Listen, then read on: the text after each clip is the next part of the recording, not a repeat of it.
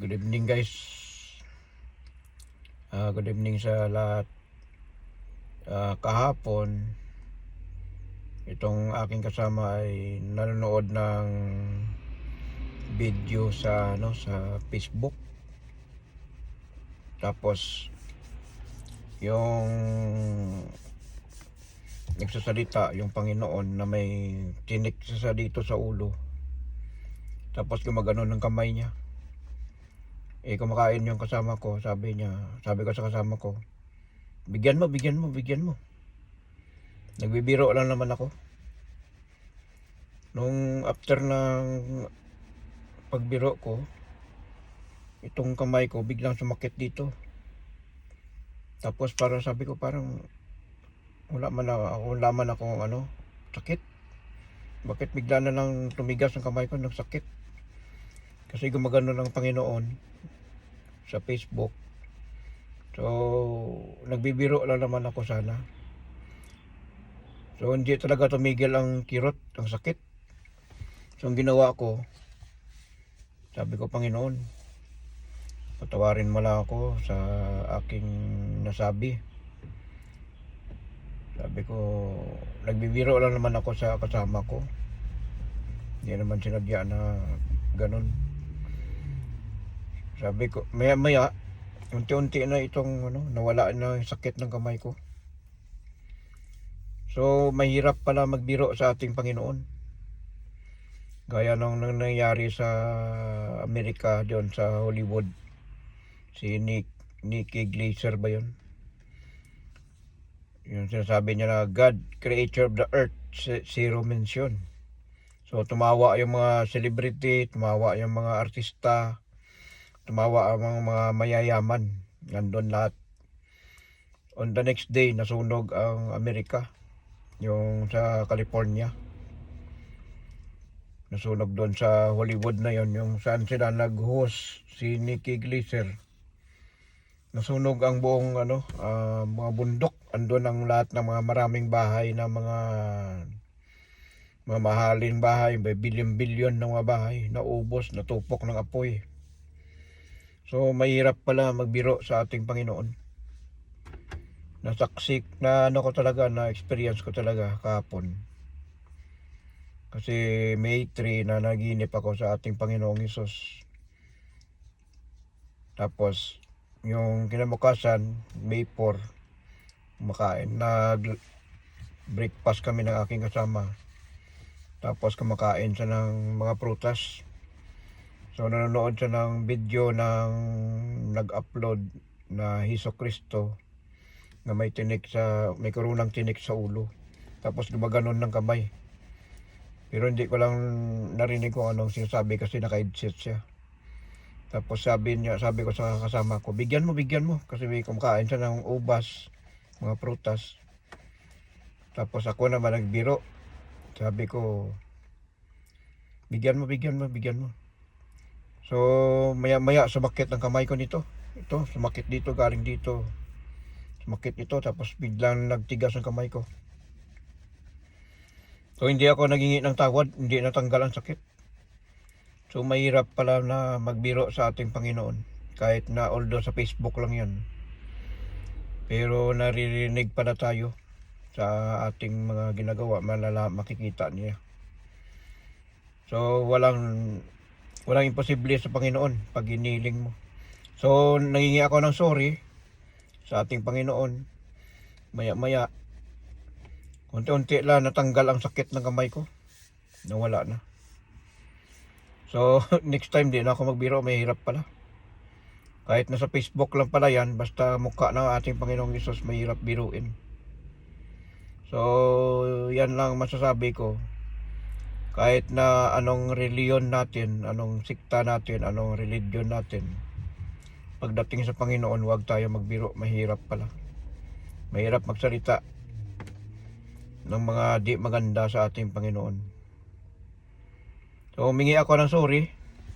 Yung isang cellphone ko kasi mayroon mukha ng ating Panginoong Hesus. So, yan lang ang kinausap ko. Sabi ko, Panginoon, patawarin mo ko sa mga nagawa ko. Sabi ko nagbibiro lang naman ako.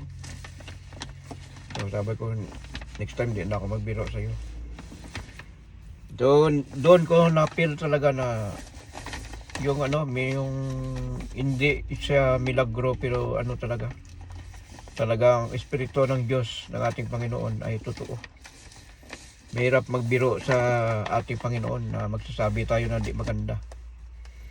Dito lang ako nagiling. Ito lang hiniling ko, dito lang ako nangingi ng sorry. Sabi ko, Panginoon, sorry lang sa aking nag-joke lang naman ako sa kasama ko na bigyan mo ng pagkain, umiingi. Sabi ko, umiingi ang Panginoon, bigyan mo ng pagkain. Ganun lang sinabi ko, maya-maya sumakit ng kamay ko. Kasi kanan kasi yung ginaganyan niya, kanan din ang kasakit yung kamay ko. So mahirap yung magbiro sa ating Panginoon. So for the first time ka talaga na-experience. Akala ko hindi mag-effect kasi Facebook lang yan kasi saka larawan na ng Panginoon. Pero ito ay nangyari talaga kahapon. Parang siyempre nasa akin na yung Panginoon. Lagi na siya nagpapakita sa akin, nagpaparamdam. Tapos yung bagay na yun, nung kahapon nagbiro ako. So hindi ko na ulitin, mahirap pala. Doon ko talaga na-experience totoo ang ating Panginoong Hesus.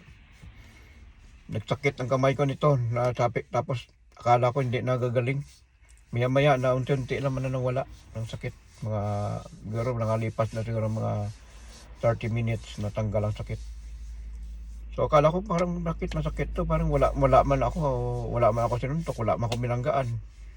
Hindi man ito, kasi kumain pa ako okay pa Nung after na magbibiro ako sa larawan ng Panginoong Hesus sa Facebook, yan, nagsasalita siya, nagumaganon siya ng kamay niya. Sabi ko, bigyan mo ng pagkain. Nagugutom. Nagbibiro ako ng ganon, tapos bigla sumakit ang kamay ko. So totoo, reality, cross my heart. Hindi ako nagawa-gawa lang ng kwento. So ayoko na magbiro. Kaya kayo diyan, kung may mga gusto kayong sabihin, huwag niyong gamitin ang pangalan ng Panginoong Hesus. Lalo na kaharap mo ang kanyang larawan, kaya sa Facebook lang yan. Ang iba nga ay binabasag ng ibang religion, yung mga rebulto. Pero hindi dapat ganun. Dapat irespeto. Katulad natin, namatay tayo. Tapos meron tayong naiwan na larawan. So, maliit pa yung anak mo. Ito yung papa mo noon. So, hindi mo siya nakita dahil maliit pa yung anak mo, hindi pa nakakita sa iyo. Parang gano'n ang sample niya. So hindi tayo nakasaksi sa ating Panginoon sa totoong buhay niya na buhay pa sa noon nung nandito pa sa lupa. So gano'n yun, kaya mayroon mga rebulto, kaya larawan ng ating Panginoon, Mama Mary, mga anghel, na ang sabi, gawa ng tao. Kahit gawa ng tao yan, ay mayroon sentimental value na naalala natin ang ating Panginoon. So may hirap na sirain natin ang image ng ating Panginoon. Magbiro lang tayo, magsira lang tayo sa ibang bagay, wag lang ang ating larawan ng ating Panginoon. Totoo, cross my heart. Kahapon nangyari talaga. Nung naghingi ako ng sorry, bigla nang nadandahan na nagalaw lang kamay ko, nagtigas to hindi na ako makakilos. Sabi ko baka na ako, tawag yun sa epekto sa lamig ba, wala naman. So ngayon okay, wala akong sakit ng kamay ko. So next time, wag na tayo magbibiro, wag tayo magsambit na lalo na kahit sa Facebook lang. Kung once ng ang Panginoon ay nasa atin na, naririnig tayo. So dito na lang, ako talaga nakasaksi talaga ako na totoo ang ating Panginoong Hesus na nagpaparamdam sa akin kahapon. Kaya sumakit ang kamay ko na akala ko hindi na ako makapagtrabaho kahapon. So paghingi ko ng sorry, bigla naman nawala ang sakit. So next time, wag na tayo magbibiro o gamitin natin ang pangalan ng Panginoon. Gaya ng sinabi ni Digong, who is the stupid God? So ano nangyari kay Digong? Kahit anong todo dasal nila, hindi na mababalik si Digong sa Pilipinas. At ito si Sarah, sabi niya, parang katulad lang yan.